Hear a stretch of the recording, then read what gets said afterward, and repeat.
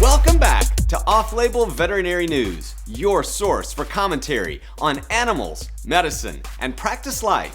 If this is your first time, be sure to hit that subscribe button. Let's jump in to some of the stories you might have missed. Our first story involves the intersection between science and politics.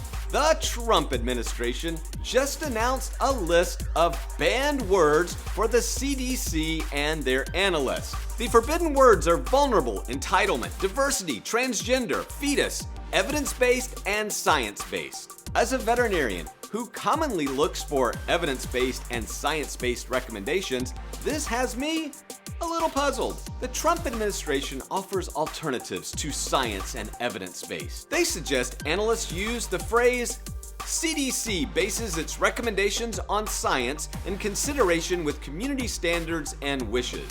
Whatever the heck that means. This is an alarming development for physicians, veterinarians, scientists, and researchers who rely on the CDC for guidance. By eliminating phrases that emphasize the importance of scientific rigor, I am concerned that the public will continue to distrust and become skeptical of science. Many of us are concerned that this war on science will ultimately affect patient care and outcomes. Off-labelers, I want to hear from you. Do you think this is a good move for the CDC to remove these types of terms from their communications? This is a troubling story, and I want to hear your opinions. Pet food sales in the United States will reach an estimated $26 billion in 2017. Much of this rapid rise in sales has been attributed to online or internet sales of pet foods. Currently, internet sales of pet food and litter are outpacing traditional brick-and-mortar pet stores. Chewy.com accounts for about 43% of all online pet food and litter sales, while Amazon boasts 48%. I don't see online pet food sales going away anytime soon. In fact, I think you're going to see in 2018 this trend continue to surge. With PetSmart's acquisition of Chewy.com this year for reported $3.3 billion, I expect to see more aggressive marketing and sales pitches to consumers. As pet owners see more and more opportunities to purchase their pet foods online, I think we're going to see increased diversification of the pet food market. I expect to see more and more niche products, more home delivery of home-prepared meals, and quite frankly, I expect to see better pet foods in the market. So what do you think, off-labelers? Are you seeing a shift towards online pet food sales? If so, how do you think this will influence the market moving forward? Is it good? Is it bad? I want to hear from you. And finally, I'd like to talk about veterinary student debt. Currently, about 44 million Americans owe student loans totaling nearly $1.5 trillion. This year, veterinary students who graduated with student loans owe an average $168,000. We've seen studies that conclude excessive student debt affects your ability to purchase a clinic, where you work and how long you work, and most importantly, your happiness.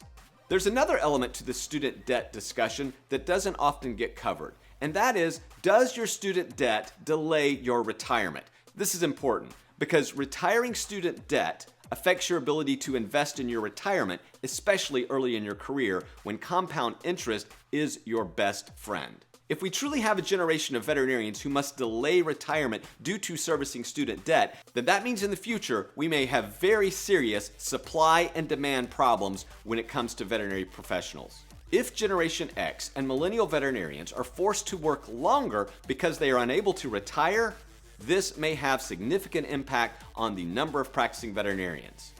My concern is, how will this affect pricing, availability, and quality of service? I think it's time we have a serious discussion and investigation on how student debt may delay veterinary retirement and affect future supply and demand ratios for our profession. Has your student debt affected your ability to invest in your retirement? Have you considered what age you'd like to retire? And do you think we may have an oversupply of veterinarians in the future due to student debt? This is an important topic, and it may profoundly affect the future of our profession.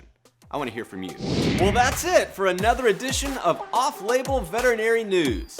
If you like content like this, be sure to hit that subscribe button and ding the bell so you'll be notified when content like this drops on your internet doorstep. Until next time, keep living that off-label life. Bye.